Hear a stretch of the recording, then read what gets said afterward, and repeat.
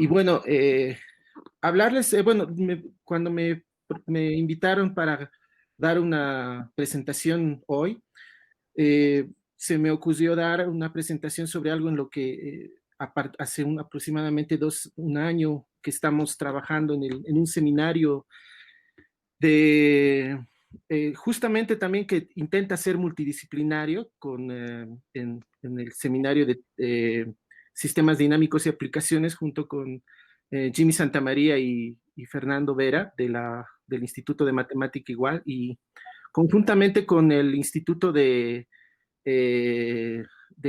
Química, Instituto de Investigación Química de la Facultad de Ingeniería de la Universidad Mayor de San Andrés en un proyecto eh, con una red de monitoreo climático, ¿no? Y en el cual estamos comenzando a trabajar de una manera más eh, continua en este último año particularmente. Bueno, entonces el tema del que voy a hablarles es un tema, habla sobre lo que son las redes neuronales y bueno, no, hay muchas formas en las cuales se puede abordar esto de las redes neuronales desde diferentes perspectivas, ¿no? Y es un tema que seguramente todos de una u otra forma han escuchado hablar, así que no es un tema del todo desconocido, ¿no?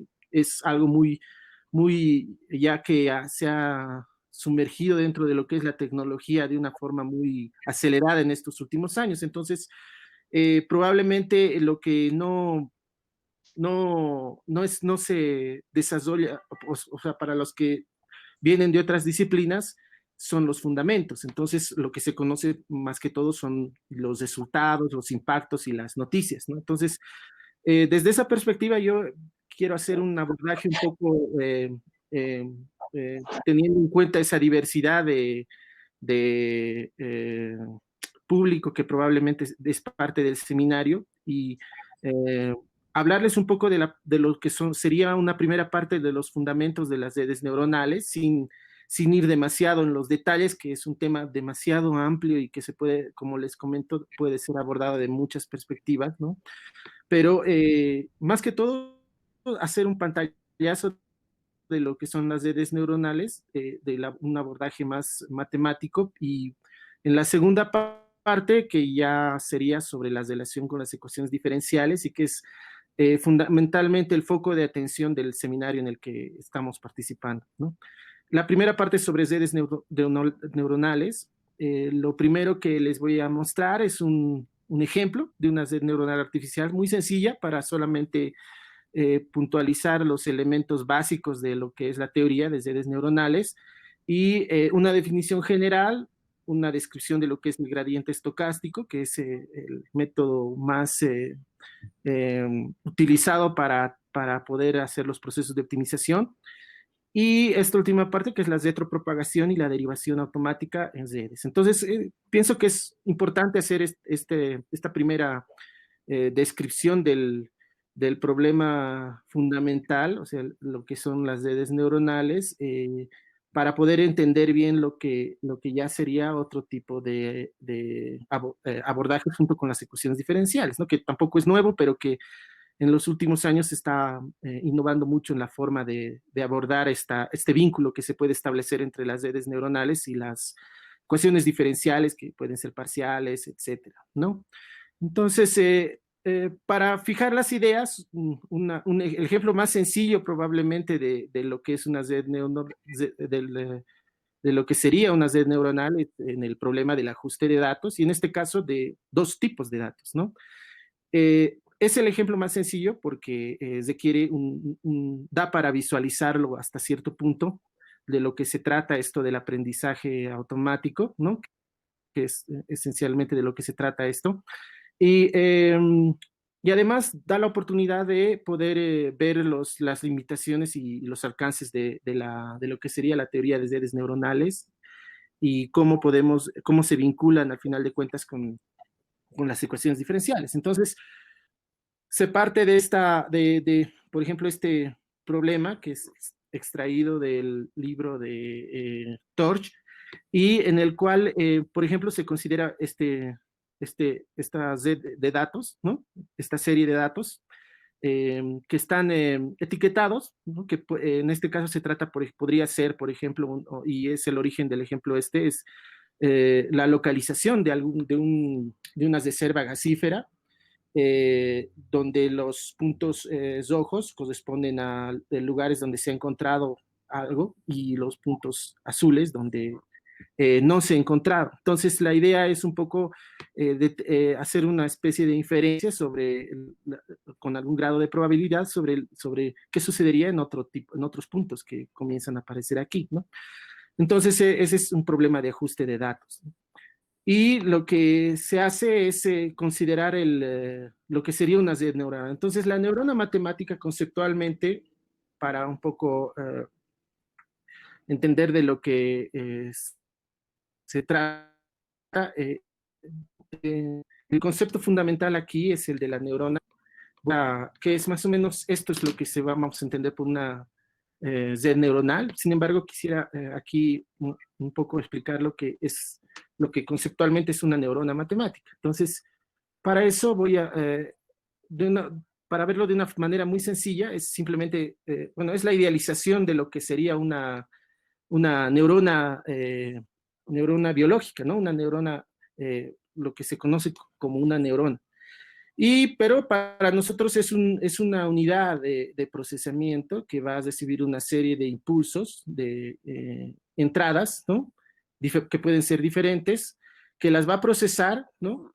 A través bueno, y recibe impulsos o señales o inputs de otras neuronas, también que se conceptualizan como neuronas matemáticas, y que va a emitir una salida, ¿no? Estas entradas pueden ser diferentes, pero las salidas siempre son la misma. Al menos en este tipo de neurona matemática básica de la que les voy a hablar inicialmente, porque hay diferentes tipos de configuraciones de neuronas matemáticas que se puede realizar, ¿no? Entonces, estas señales que provienen de diferentes neuronas, ¿no? Que pueden ser unas pocas o miles, ¿no? Eh, Realizan aquí llegan a la neurona y la neurona las procesa, ¿no?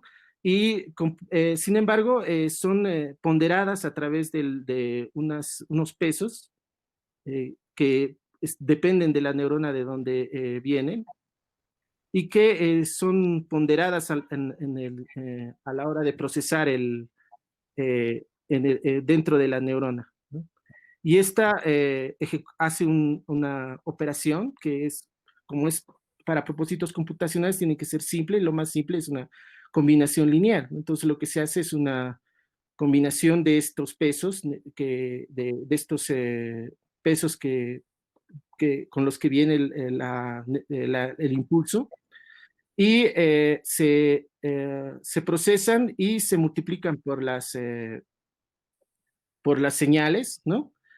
Se lo sesga a través de una constante y se las activa a través de una función que es la que al final de cuentas va a mandar la señal a las siguientes neuronas. Entonces, la característica es que esta neurona procesa información que proviene de diferentes entradas, que son ponderadas, que son procesadas y activadas a través de una función que se llama activador, pero la señal que emite siempre es la misma. Entonces, esa es la característica fundamental de esta neurona matemática básica, ¿no? Y esta función de activación para el problema en cuestión en el que estamos considerando va a ser va a ser el sigmoide, que es esta función que está acá, ¿no? Esta función que se llama el sigmoide es una suerte de activador de la señal, lo que va a procesar esta cantidad que dentro de la neurona la procesa y en función del valor que se obtiene emite un impulso, una señal a todas las otras, la misma señal a todas las otras neuronas. Entonces, hay muchos tipos de funciones de activación que se pueden considerar dentro en una neurona en matemática, pero para los propósitos didácticos de esta explicación, esta es la que vamos a considerar por sus características, es diferenciable, Se puede utilizar una función escalón unitario para otro tipo de problemas de clasificación, por ejemplo, pero este es muy apropiado para este tipo de problemas de inferencia, ¿no? Entonces, eh, la característica fundamental de esta función sigmoide es, una de las características fundamentales es esta, que su derivada es muy fácil de calcular y en los datos que uno va a procesar, esto va a ser una ventaja fundamental para lo que sería el proceso de optimización, que es a lo que voy a explicar enseguida, ¿no? Ahora, gráficamente, bueno, aquí estoy utilizando un cuaderno de Jupyter con núcleo de SageMath. Gráficamente, la función sigmoide la podemos visualizar así. Esta es la forma que va a tener y la podemos manipular en función de los parámetros que se puedan establecer en él, ¿no? Y esa es la parte fundamental de que estos parámetros que van a escalar y sesgar a la función sigmoide son los ajustes que queremos realizar en función de lo que vamos a ver después, ¿no? Ahora, eh, para no hacerlo muy largo, esto sería lo que pasa cuando nosotros aplicamos este sigmoide a, un, a una red neuronal, pero ya por ejemplo, con dos. Esto es lo que sucede cuando consideramos una neurona matemática con dos entradas, es decir, esto, pero con solamente dos acá, ¿no? Y su salida la podemos visualizar como funciones de este tipo, ¿no? Y lo mismo podemos ver acá en en este otro script, pero ya con un mayor número eh, de neuronas. De lo que se trata aquí es de, una, eh, de esto, pero bueno, voy a dibujarlo acá. A grosso modo, de lo que se trata es de que considero una neurona con dos entradas, ¿no? Dos inputs iniciales, que son X1 y X2, que lo lleva a una neurona, o sea, son dos capas, ¿no? De ese tipo es la configuración, por ejemplo, para esto, ¿no? Y aquí podemos manipular los pesos de los, de los sesgos, ¿no? De las neuronas, y lo que vamos obteniendo son diferentes tipos de configuraciones, y estas configuraciones son lo que, la idea del problema consiste en, voy a buscar una configuración que se pueda visualizar bien. Lo que se va a crear son una suerte de como funciones no lineales, pero que tienen una especie de meseta, donde la idea básica es hacer de que estas funciones no lineales establezcan que los puntos eh, positivos, digamos, estén en esta parte del sigmoide, del resultado, del output, y aquí estén las partes o los resultados negativos, por decirlo de alguna forma, ¿no? Entonces, el problema intuitivamente es crear funciones no lineales que se ajusten a los datos que les vamos suministrando. Es decir, la idea es manipular estos pesos, que son lo que se va a dar en cada capa aquí, ¿no? Estos pesos que vamos a tener aquí. Y ir ajustándolo de tal forma que se ajuste a los datos que le hemos dado inicialmente. Bueno ahí, a eso vamos a llegar enseguida. Y para eso consideramos el sigmoide vectorizado, que ahora lo que hacemos es considerar el mismo sigmoide, pero coordenada a coordenada, aplicándolo a coordenadas, y trabajamos por módulos. O sea, de lo que se trata, en este caso sencillo, por ejemplo, es aplicar el sigmoide y ver esto de aquí como una entrada, ¿no? A, pero este es el A1 y el A2, ¿no? Y estas serían el resultado de la aplicación del sigmoide vectorizado, pero a cada coordenada y con los respectivos pesos, ¿no? Entonces, la definición formal, la definición sería esta, de lo que sería el sigmoide vectorizado. Utilizamos el mismo signo, ¿no? Y lo que nos va a permitir es inicializar las capas neuronales, que son el tipo de configuración que tenemos aquí por capas. Bueno, cabe decir de que este es un tipo de arquitectura neuronal, ¿no? no es la única, ¿no? Esto es la que va de adelante, de atrás para adelante, o de adelante para el frente. Hay otras que tienen características diferentes, pero para esta vamos a considerar solamente este tipo de redes neuronales, ¿no? Que son las más básicas, ¿sí? Entonces, por cada capa se va a emitir señales, ¿no? Todas las señales y se van a procesar por este sigmoide vectorizado, ¿no? Que en términos de programación es más fácil trabajar con esto, ¿no? Entonces, cada uno va a tener su propia combinación ponderada. Entonces, esto nos va a permitir establecer una notación más cómoda, ¿no? El sigmoide lo vamos a ver como la multiplicación de una matriz, que son de los pesos, por A. Este A es el vector en cada capa. Estos son los sesgos. Y este es el sigmoide vectorizado, ¿no? Y esto es lo que va a entrar a la siguiente capa, ¿no?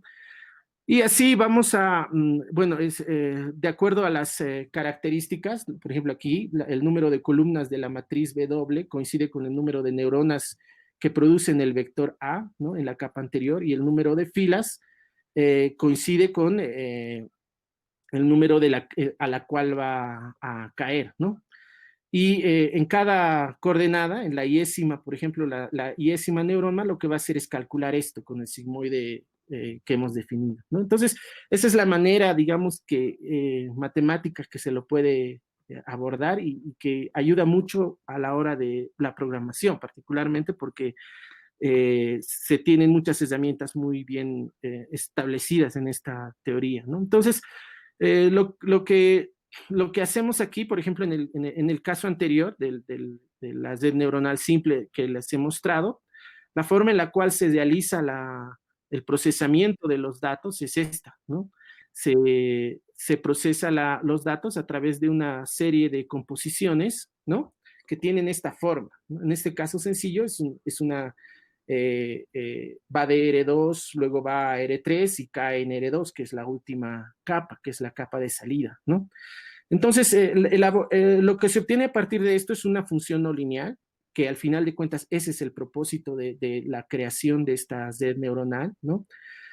Pero el propósito final es que no sea cualquier función no lineal, porque aquí inicialmente al menos estos se van eligiendo en el primer momento de forma arbitraria. La idea es que esta función no lineal se ajuste a los datos que tenemos, ¿no? Que son los que les mostraba al inicio de la presentación. Entonces, el resultado de toda esta composición, de esta serie de composiciones que se realiza a través de la Z de atrás para adelante, nos va a dar un vector. Podemos verlo de esta manera como un vector de dos variables y aquí es donde hacemos la categorización. Entonces, los datos que tienen positivos, si vale el término, son los que se van a acercar a este valor, aunque esto es convencional, ¿no? O sea, eso depende del diseñador, ¿no?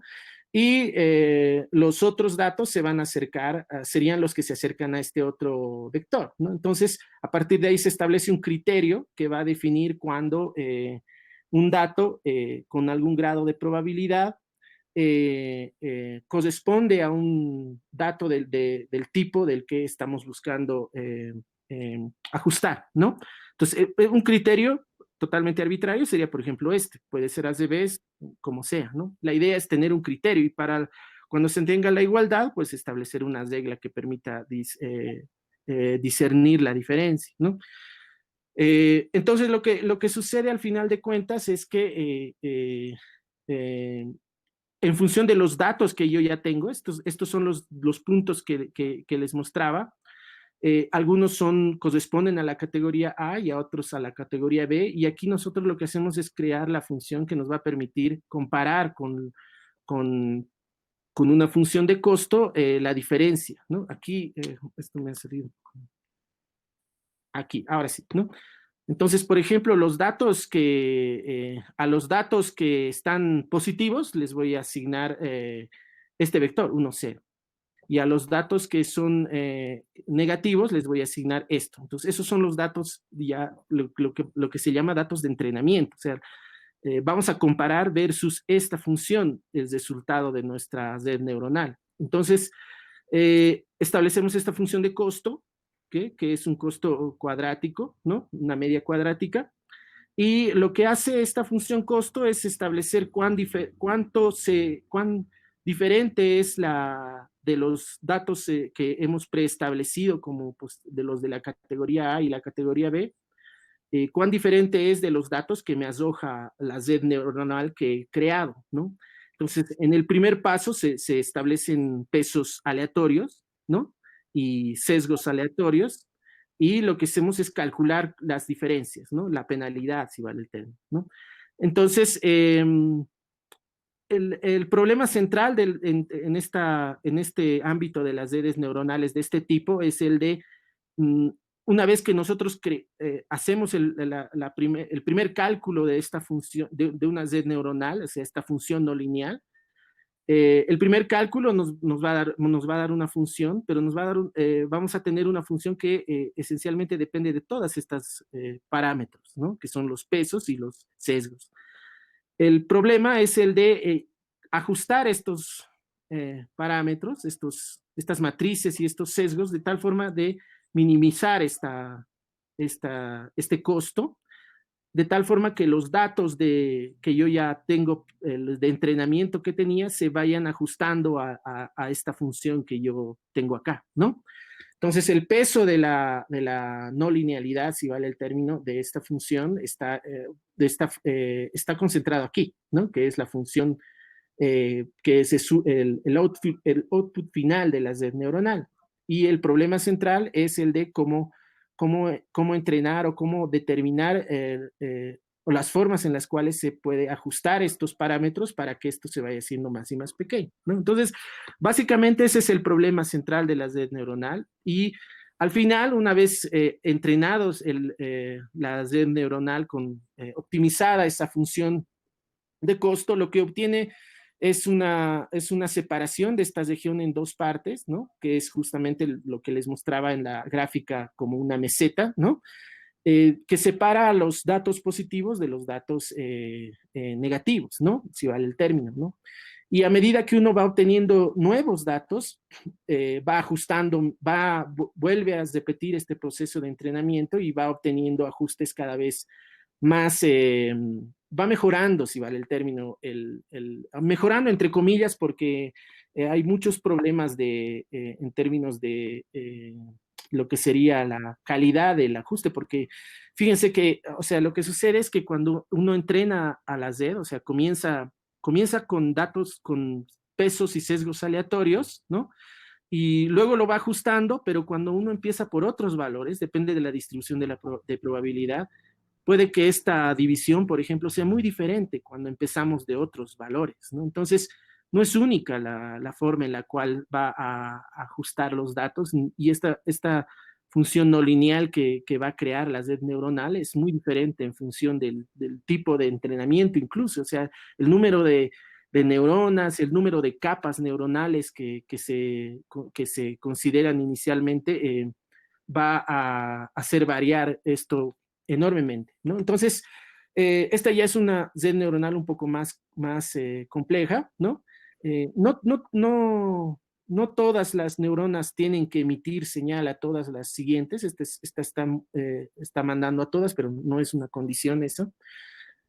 Y, sin embargo, se puede, y en los textos, en los artículos y en los textos se conceptualiza ya esto de una manera un poco más formal, y se establece ya una definición general de lo que sería este proceso de entrenar una red, ¿no?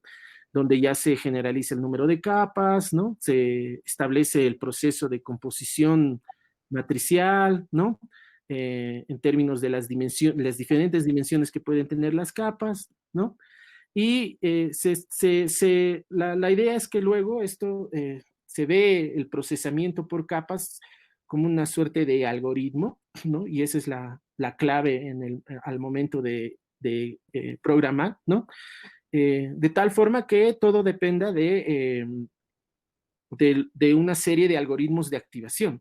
El algoritmo de activación es este, que establece cuál es la primera iteración del entrenamiento, y secuencialmente se va, aquí falta un pertenece, se va procesando, se va observando a nivel de capas los diferentes resultados y cómo se va componiendo, ¿no?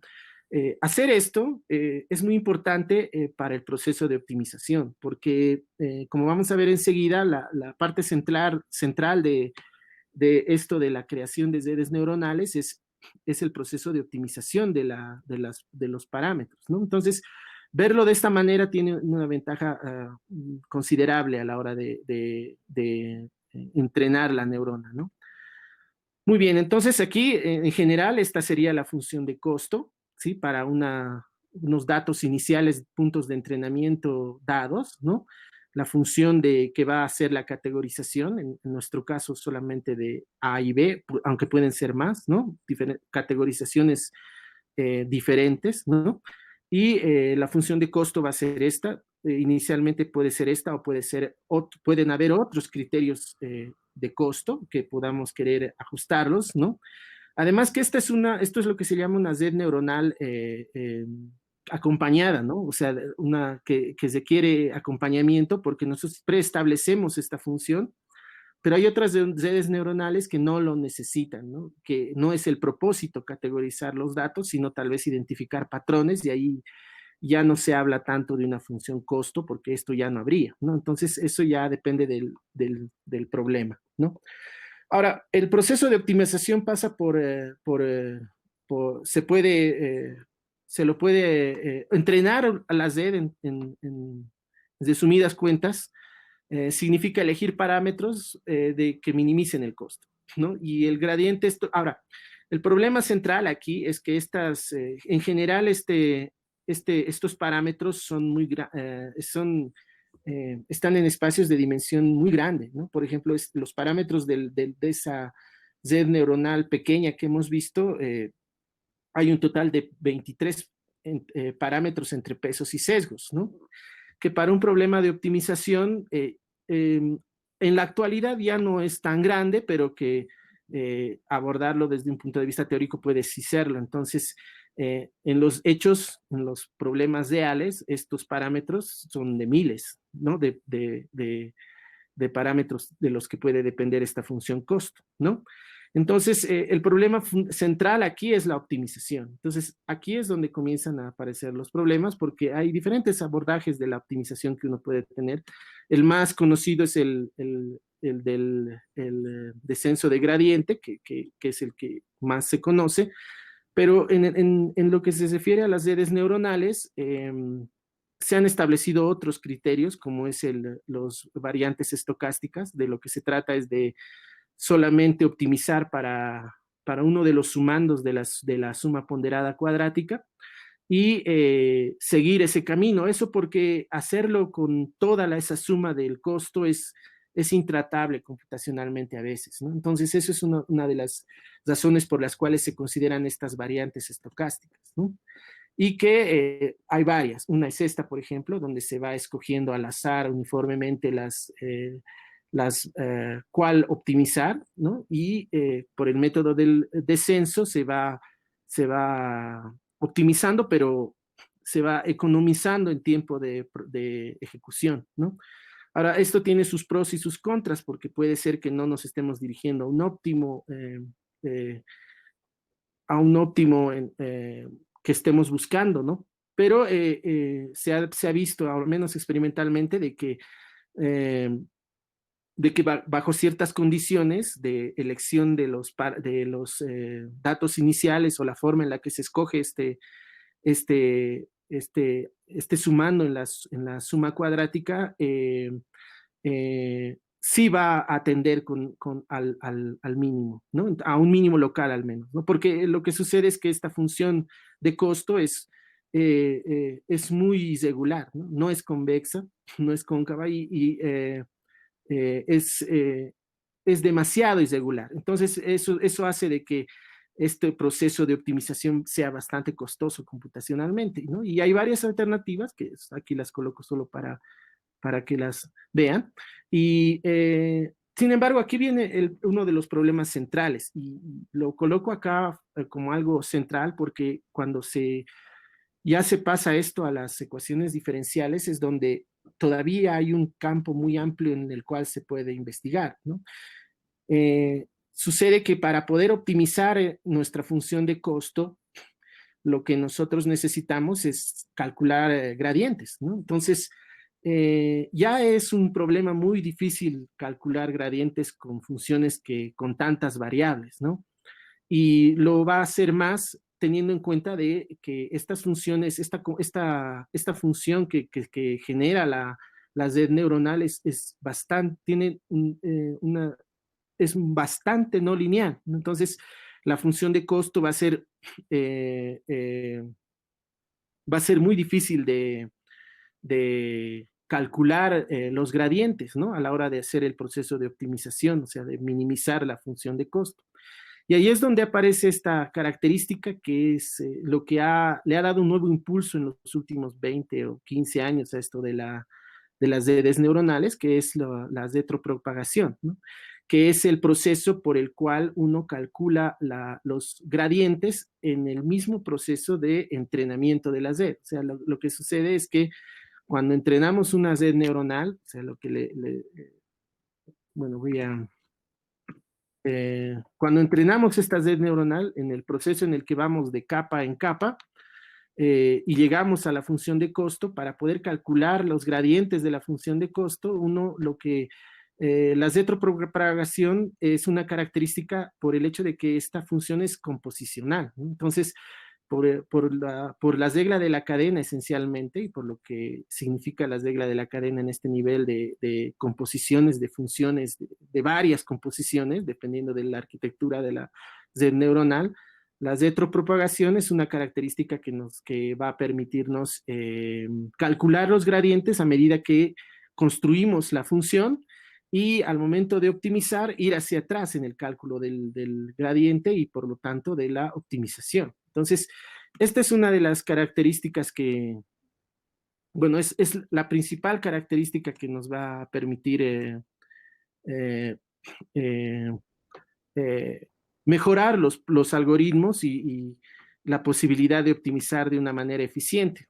Entonces aquí, este es el algoritmo, un lema que lo que expresa es la naturaleza esta lo que se denomina retropropagación, ¿no?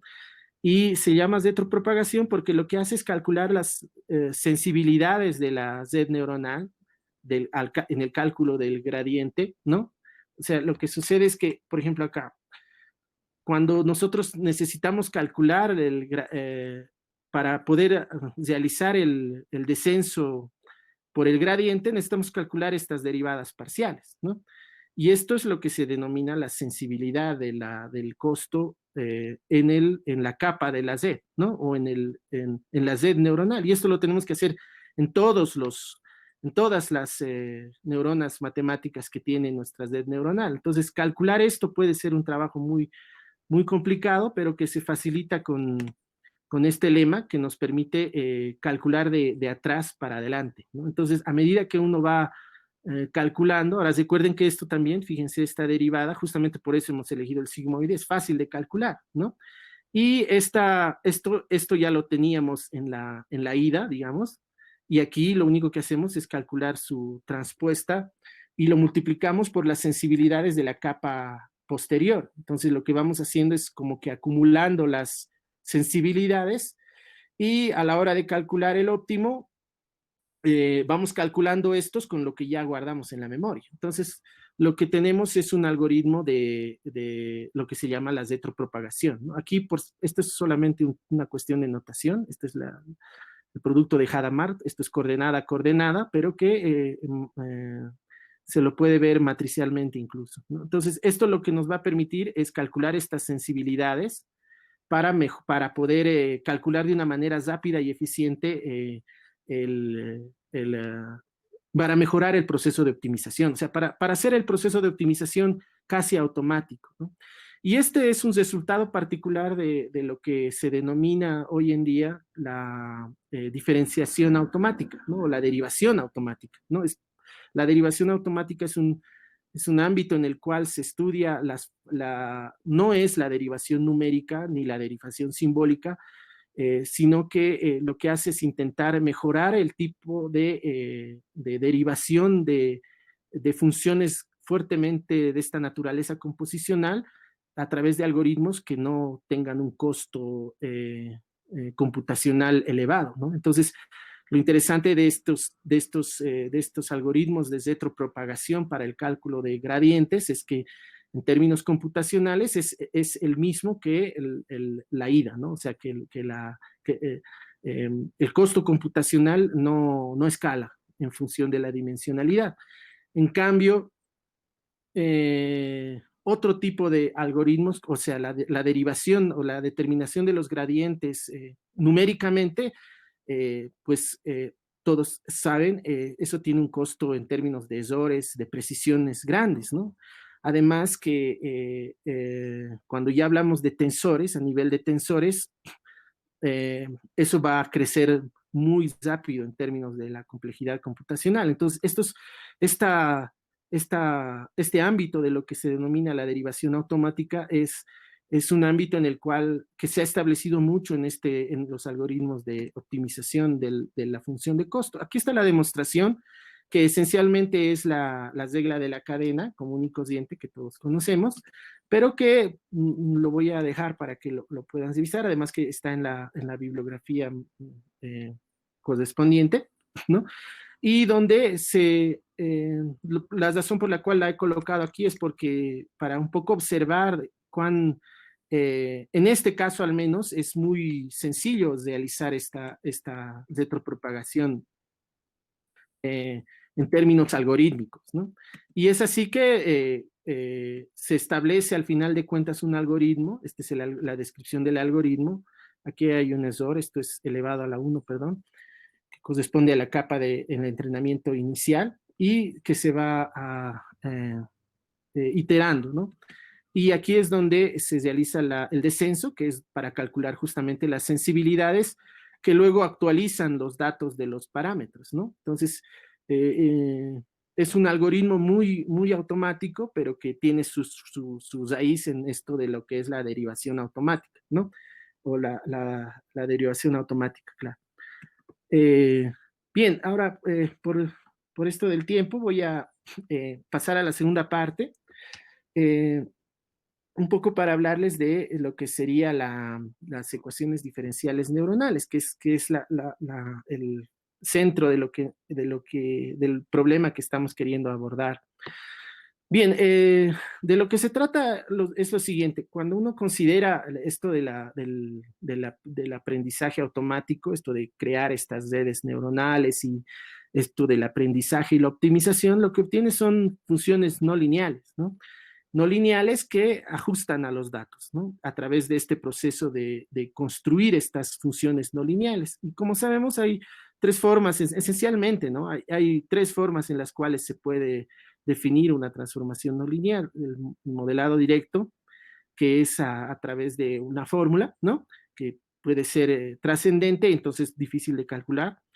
El aprendizaje automático, que es lo que hemos estado haciendo, que consiste en construir estas funciones no lineales a partir de esta familia de funciones composicionales que nacen del concepto de neurona matemática, y las ecuaciones diferenciales. Entonces, una forma en la cual podemos entender intuitivamente la ventaja que tienen las ecuaciones diferenciales es que además codifican supuestos estructurales anteriores. Aquí probablemente no es del todo precisa esta descripción, pero es una forma de resaltar el hecho de que cuando uno tiene una ecuación diferencial, en general tiene una característica de cómo evoluciona la función no lineal. Entonces, eso no existe en las redes. En una red neuronal propiamente no hay no se utiliza este tipo de plus que puede tener una función no lineal. De hecho, puede no tenerla siquiera. Entonces, esto depende mucho del tipo de problema. Y ahí es donde ha surgido la idea de justamente utilizar estos modelos de aprendizaje automático, como es estas redes neuronales que se llaman redes neuronales profundas que acabo de describirle, para poder mejorar, se lo puede ver de dos puntos de vista, para poder resolver ecuaciones diferenciales, o ecuaciones diferenciales, o sea, utilizando las redes neuronales para hacerlo, ¿no? O utilizar la teoría de redes neuronales para poder determinar la naturaleza o el componente, el tipo de ecuación diferencial eh, eh, no lineal que corresponde al fenómeno que se está estudiando. Entonces, este es el primer abordaje que se puede considerar, ¿no? Se considera un modelo de aprendizaje automático, lo que acabamos de explicar, como simplemente una función, ¿no? Una función no lineal, pero que tiene todas esas características de aprendizaje a partir de un proceso de optimización inherente, de acuerdo a una función de costo asociado, en fin. Eso lo podemos ver como un modelo de aprendizaje automático, que hay una diversa familia de estos y que yo genéricamente lo podemos llamar como ML. El que les he descrito es solamente uno de los muchos que hay, ¿no? Y que en el caso que les he explicado se trata para la inferencia, ¿no? Ahora, que más o menos el que hemos visto tenía más o menos esta característica, es una red neuronal simple. La profundidad está mucho en función de la cantidad de capas, la cantidad de neuronas, eso es lo que se llama aprendizaje profundo, pero no es del todo apropiado el término en realidad. Y la idea básica es que aprovechar esta característica que se denomina el teorema de aproximación universal. El teorema de aproximación universal es un resultado del año 89 que garantiza de que estos modelos de aprendizaje automático, como el que les he descrito, aproximan cualquier función no lineal con cualquier grado de precisión, ¿no? Este resultado ha sido muy celebrado y esencialmente es un resultado que ha dado lugar a que esto del aprendizaje automático adquiera un nuevo impulso, ¿no? El inconveniente de las redes neuronales, de todo lo que hemos visto de las redes neuronales, es que el proceso de aprendizaje depende fuertemente de los datos, directamente de los datos, ¿no? Eh, Sin embargo, si bien ese es el inconveniente en el ámbito de lo que significaría el modelado de fenómenos físicos, ¿no?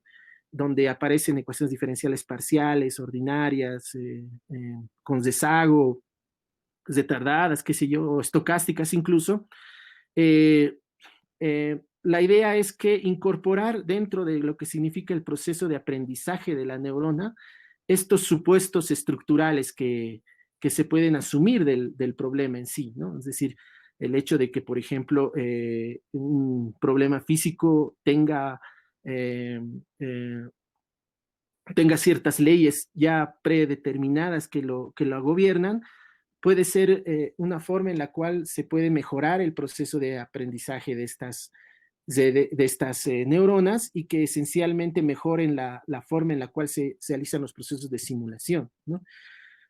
Entonces, la idea, ya para un poco ir contorneando esto, es esto, ¿no?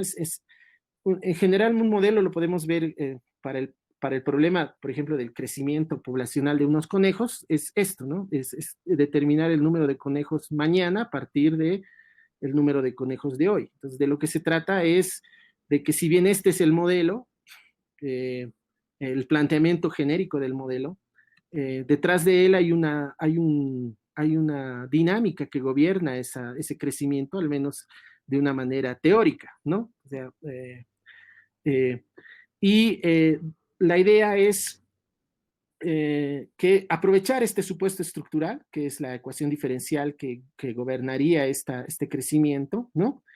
Y meterlo dentro de lo que sería el aprendizaje de una neurona que vaya y que intente aprender la ecuación diferencial. O sea, de lo que se trata es de utilizar neuronas para que aprendan la ecuación diferencial o la puedan, al final de cuentas, entender la ecuación diferencial inherente que puede estar ahí escondida, si vale el término, ¿no?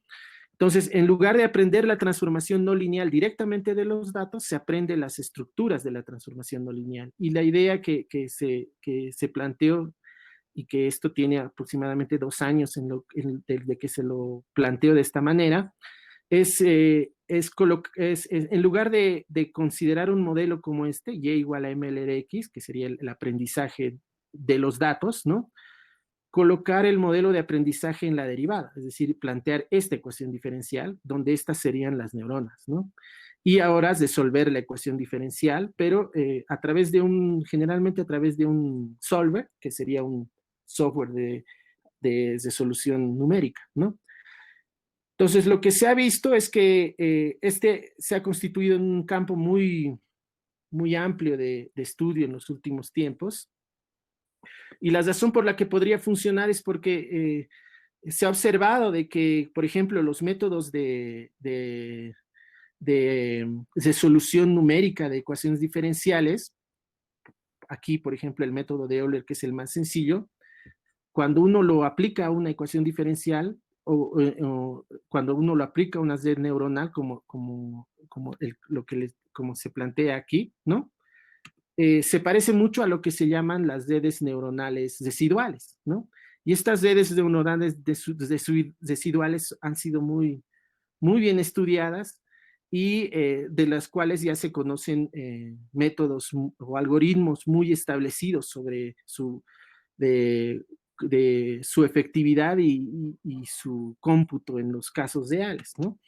Entonces, lo que sucede al final de cuentas es que la idea final de esto es que se utilice la teoría de las redes neuronales ya bastante estudiadas para estudiar redes neuronales, ecuaciones diferenciales, ¿no? O sea, los procesos de entrenamiento sirvan para formar eh, eh, en realidad lo que se trata es generalizar el proceso de aprendizaje, pero volverlo un problema continuo, ¿no? O sea, eh, el problema en sí si se acuerdan, todo lo que he hecho es capa a capa, ¿no? Es una composición por capas. Entonces, eh, llevarlo al límite, ¿no? A través de esta idea que se ha establecido y poder llegar a poder mejorar la resolución de ecuaciones diferenciales y parciales o ordinarias, utilizando todas las herramientas de redes neuronales que se conocen, ¿no? Y ese abordaje del problema de la utilización de las redes neuronales es lo que ha dado lugar a lo que se conoce hoy como las ecuaciones diferenciales neuronales, que consiste en esencialmente utilizar lo que se llaman los solvers de ecuaciones diferenciales para poder mejorar el proceso de entrenamiento de las redes y al revés, ¿no? Utilizar las redes neuronales para poder mejorar el proceso de resolución de ecuaciones diferenciales, ¿no? Entonces, eh, el problema es que la teoría es la que todavía no se está recién estableciendo los fundamentos de lo que sería este tipo de redes neuronales continuas, ese es el nombre que se le ha dado, ¿no? Redes neuronales continuas, y que todavía no está muy claro cuál sería la forma en la cual se realizaría la optimización, porque aquí ya el tema de la retropropagación adquiere otra naturaleza, aunque en los primeros trabajos sobre esto ya se conocen algunos resultados, que es, por ejemplo, esta ecuación diferencial, que es la que esencialmente es el análogo continuo de la retropropagación, ¿no? Entonces, eh, la teoría todavía está en crecimiento, ¿no? Sin embargo, muchas herramientas ya se han establecido fuertemente dentro de lo que significa, por ejemplo, los procesos de simulación. Nosotros, bueno, ya para terminar, mencionarles que en estos meses, en estos meses que vienen, justamente en el proyecto de investigación en el cual estamos trabajando, vamos a aplicar todas estas nuevas técnicas que se están desarrollando para la utilización de redes neuronales en ecuaciones diferenciales o en los sistemas dinámicos en general, para poder aplicarlo en un problema que es el de en Cochabamba, en una ciudad de Bolivia, se ha construido una planta eólica, ¿no? Y los costos de funcionamiento de esta planta eólica son bastante altos, ¿no? Y lo que se busca es un poco mejorar el margen de aprovechamiento de estas plantas eólicas, ¿no?